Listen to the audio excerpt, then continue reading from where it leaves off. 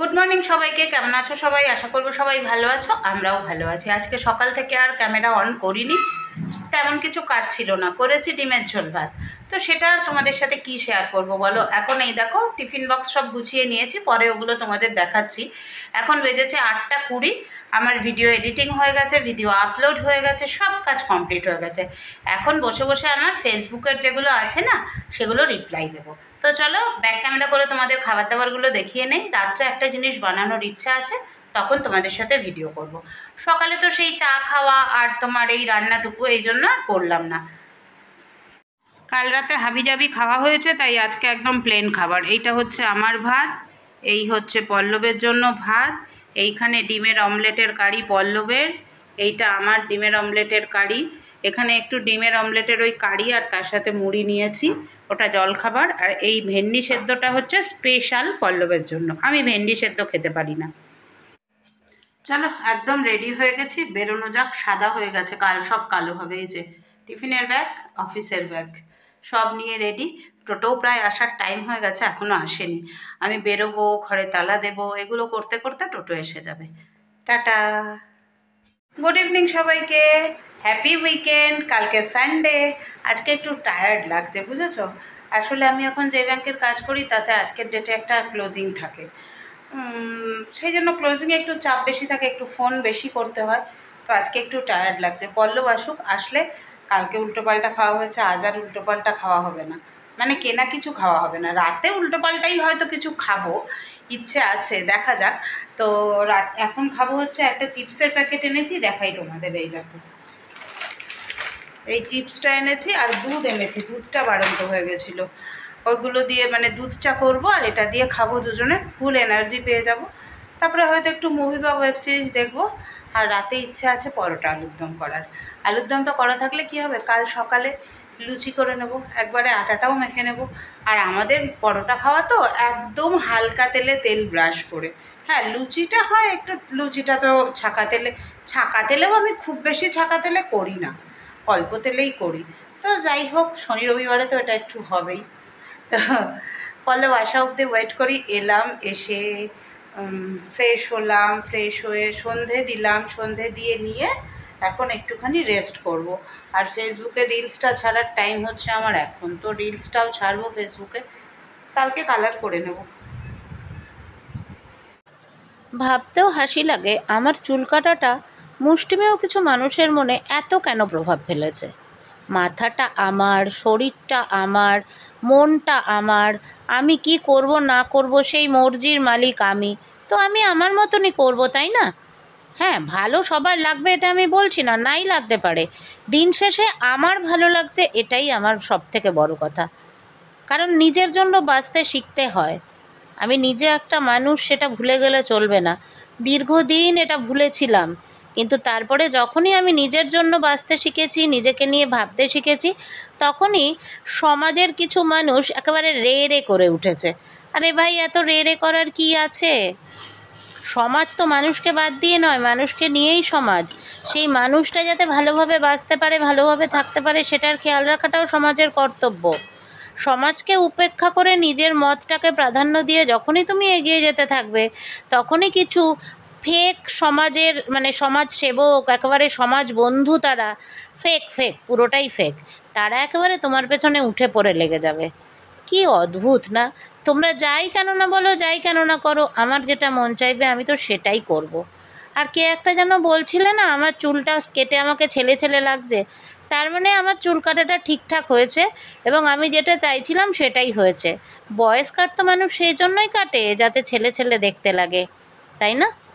চলো আলুর দম বানাচ্ছি। আলুর দমটা বানানোর জন্য আমি পেঁয়াজ, আদা, রসুন, টমেটো, কাঁচা লঙ্কা আর চিনেবাদাম একটুখানি হালকা তেলের মধ্যে নেড়ে নিয়েছি, নিয়ে ঠান্ডা করে বেটে নিয়েছি। তারপরে তেলের মধ্যে জিরে ফোড়ন দিয়েছি, দিয়ে মশলাটা দিয়ে ভালো করে কষিয়ে সেদ্ধ করা আলুগুলো দিয়ে দিলাম। একদম কম তেলে, কম মশলায়, আর কোনো কিন্তু গুঁড়ো মশলা এতে ইউজ করব না। নুন আর হলুদ খালি দিয়েছি। এটাকে সাদা আলুর দমও বলতে পারো। সাদা ঠিক নয়, মানে লাল লঙ্কার গুঁড়ো পড়ছে না তো, তাই সাদা আলুর দম বলছি। আর এর মধ্যে আমি নামানোর আগে ছড়িয়ে দেবো একটুখানি কসুরি মেথি। এই কসুরি মেথিটা এই বাদামের ফ্লেভারের সাথে বা দইয়ের ফ্লেভারের সাথে কসুরি মেথির ফ্লেভারটা খুব সুন্দর আসে। বিশ্বাস করো তোমরা, একবার নিজেরা করে দেখো, দারুণ খেতে হয়েছে আলুর দমটা। একদম কম সময়ে চটজলদি দারুণ একটা ডিনার বানালাম। ঘরে আছে রুটি। প্রথমে ভেবেছিলাম পরোটা করব, কিন্তু পরোটা করলাম না, কালকে রবিবার তো, কালকে একটু লুচি খাবো। আর এই যে বাদাম বাটা দিয়ে সাদা সাদা আলুর দম করেছি, এই দেখো। এই আলুর দমটা দারুণ খেতে হয়। আলু কম দিচ্ছি, তোমায় গ্রেভি দিয়ে দিচ্ছি বেশি করে। হ্যাঁ,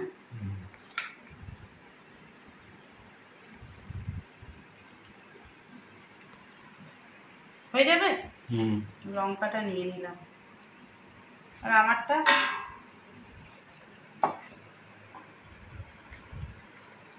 আমি তো আবার আলু খেতে ওস্তাদ। খাও, এই আলুর দমটাই থাকবে, কালকে লুচি দিয়ে খাওয়া হবে। চলো খেয়ে নিই, পরে আবার আসছি তোমাদের কাছে। খেয়ে নি, পরে আসছি। ঘড়িতে সময় হয়েছে ও 11টা 5 মিনিট ফার্স্ট না, তার মানে 11টা ওই 12-13 মতন হয়েছে। আজকে ইচ্ছা করে এরকম করে চুল আঁচড়িয়ে বসেছি, যাতে তোমরা পুরো সাদা রাস্তাটা দেখতে পাও, কারণ কালকে এই সাদা রাস্তাটা কালো হয়ে যাবে। তো এইটাও তো দেখাতে হবে যে আমি ঠিক কতটা বুড়ি, আর তারপরে ঠিক কতটা ছুরি সাজি। তো আলুর দমটা না অসাম হয়েছে, একদম চটজলদি আলুর দমটা অসাম হয়েছে। কিছুই না, জাস্ট টমেটো, পেঁয়াজ, আদা, রসুন, কাঁচা লঙ্কা আর কয়েকটা চীনাবাদামটা আগে একটু ভেজে নিয়েছিলাম, এইগুলোকে একসাথে নাড়াচাড়া করে ঠান্ডা করে বেটে নিয়েছি। আর কোনো মশলা নাই এর মধ্যে, নুন আর হলুদ। খুব ভালো খেতে হয়েছে। প্রথম ভেবেছিলাম পরোটা দিয়ে খাবো, তারপরে ভাবলাম কি যে না, আজকে পরোটা খাবো না, এখন রাতে রুটি দিয়েই খেয়ে নিই। কালকে যখন সকালবেলা খাবো, কালকে সানডে ব্রেকফাস্টে তাহলে লুচি আর আলুর দম খাওয়া যাবে। আলুর দমটা করাই রইলো, লুচিটা খালি 4-8টা লুচি করে নিলেই হয়ে যাবে। তো আজকের ভিডিওতে আমি একটা কবিতা, আধুনিক কবিদের কবিতা তো ছন্দের মিলটা কম, কিন্তু কবিতাটার কথাগুলো খুব সুন্দর আর তার ইনার মিনিংটাও খুব সুন্দর, সেটা পাঠ করেছি। জানি তোমরা সবাই এখন পুজোর বাজার টাজার নিয়ে ব্যস্ত আছো, শপিং করছো, একে ওকে মানে আত্মীয় স্বজনদের বাড়ি দিতে যাচ্ছ, এ করছো, তার জন্য হয়তো সবাই দেখতে পাচ্ছ না। তো যখন পারবে দেখো, আর কেমন লেগেছে তোমাদের জানিও, যারা দেখেছে তারা জানিয়েছে কেমন লেগেছে। তো আমার মনে হয়েছে, আমি কিন্তু কবিতাটা পাঠ করে স্যাটিসফাইড নই। কেন বলো তো? এক তো সকালবেলা গলাটা একটুখানি বসা বসা ছিল, আর 2 নম্বর হচ্ছে আমার না, এই যে শোয়ার পরে যখন উঠবো না, তখন নাক মুখটা বন্ধ হয়ে থাকে, আস্তে আস্তে বেলা বাড়তে বাড়তে সেটা ছেড়ে যায়। তো নাক মুখটাও একটু বন্ধ মতন ছিল। তবে চেষ্টা করেছি ভালো করে করার, আরও ভালো করে করব আগামী দিনে। এখন পুজো পর্যন্ত বা পুজোর পরেও এরকম টুকটাক আমি দিতে থাকবো। তোমরা যাতে মানে আমি জানি আমার যারা দর্শক তারা সবাই খুব কি বলবো, সবাই খুব রুচিশীল, সবাই খুব শিক্ষিত, এবং তারা এগুলোকে খুব ভালোভাবে নিতে পারে।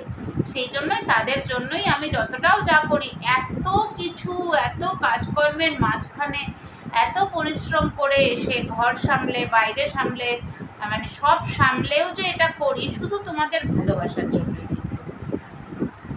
মানে এটা বলছি না যে ইউটিউব করি তোমাদের ভালোবাসার জন্য, কারণ ইউটিউবটা আমার কাজ।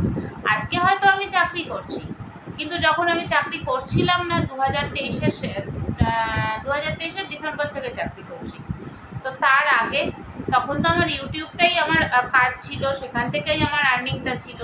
এখন হয়তো কাজ করি বলে সেইভাবে ভিডিও দিতে পারি না, সেইভাবে সারাদিন মোটামুটি ধরো সকাল 9:30 থেকে 9:30, হ্যাঁ 9:30, আগে 9টা হতো, এখন এই অফিসে আসার পরে এই ব্যাংকের কাজটা একটু দেরিতে স্টার্ট হয়, তাই সকাল 9:30 থেকে রাত্রি 8টা পর্যন্ত তো কিছুই দিতে পারি না।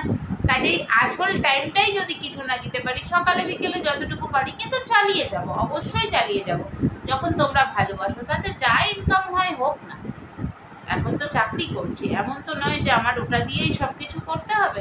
হ্যাঁ অবশ্যই আমি এটা কখনোই বলবো না যে আমার টাকা কাজে লাগে না, আমি এত বড়লোকও নই, আর এত আমার অহংকারও নেই যে আমি বলবো না ইউটিউবের টাকাটা আমার দরকার নেই।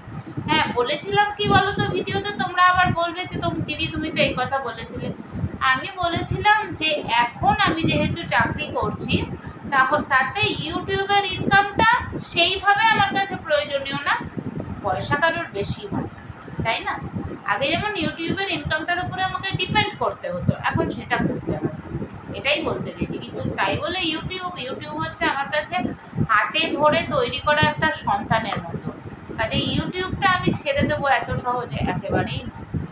যেদিন ইউটিউব আমাকে হাঁটিয়ে দেবে, যেদিন ঈশ্বর আমাকে আর সেই ক্ষমতা দেবে না যে আমি ইউটিউবে ভিডিও করতে পারবো, তার আগে পর্যন্ত আমি ভিডিও দিয়েই যাব।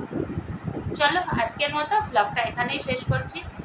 কিরকম যেন সেরকম একটা উন্মাদনা এবার বাইরেও নেই, দেখেছো?